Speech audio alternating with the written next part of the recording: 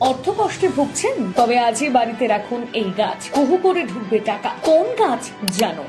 সকলেই চান দিনের শেষে তাদের মানি ব্যাগ যেন টাকায় ভরে থাকে। টাকার অভাবে নিজের ইচ্ছে পূরণ যেন বাধা না আসে, এমন স্বপ্ন সকলেই দেখেন। কিন্তু বাস্তবের মাটিতে পড়লেই এই স্বপ্নগুলো চুরমার হয়ে যায়। অনেক চেষ্টা করেও খুলতে চায় না অর্থ লাভের পথ। বাস্তুশাস্ত্র মতে বাড়িতে বিশেষ গাছ লাগালে নানা পথ গিয়ে আয় বৃদ্ধি ও টাকা লাভের যোগ দেখা দেয়। বাড়ির জন্য শুভ অশুভ কিছু উদ্ভিদ রয়েছে যেগুলো জানা খুবই প্রয়োজন। বাড়িতে ধন সম্পদ বৃদ্ধির জন্য এমন কিছু গাছ রয়েছে যা মানুষের জীবনকে যথেষ্ট উপকৃত করে। জ্যোতিষ বাস্তুশাস্ত্র মতে বহু গাছ রয়েছে যেগুলোর সঙ্গে বিভিন্ন হিন্দু দেবদেবী ও গ্রহের সঙ্গে জড়িয়ে রয়েছে। এই কারণে রাশি ফল থেকে গ্রহের দোষ দূর করতে, দুর্বল গ্রহগুলোকে শক্তি করতে গাছের পুজো সেবা করা হয়। লজ্জাবতী গাছ। ছোটবেলায় মজার একাংশ কেটেছে এই গাছের সাথে। তাতে স্পর্শ হলেই নিজে থেকে গুটিয়ে যায়। জ্যোতিষশাস্ত্র মতে এই গাছ টাকার আকর্ষণের জন্য মুখ্য।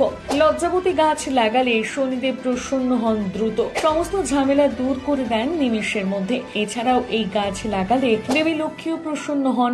তুষ্ট হয়ে প্রচুর ধন দান করতে পারেন তিনি।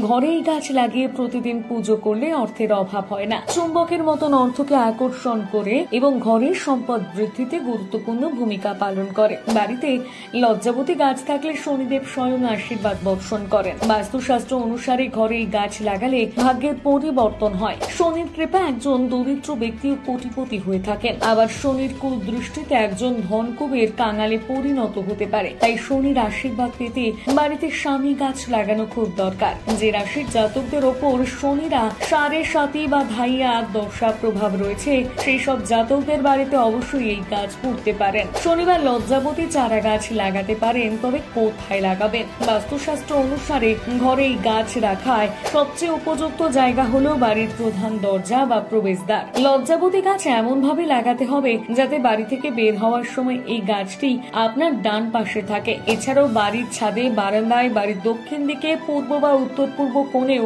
এই গাছ লাগানো যেতে পারে। প্রত্যেকদিন এই গাছের পুজো করা অত্যন্ত শুভ বলে মনে করা হয়। সন্ধ্যের সময় এই গাছের কাছে সর্ষের তেলের প্রদীপ জ্বালিয়ে পুজো করতে পারেন। হাতে নাতে ফল পেতে পারেন।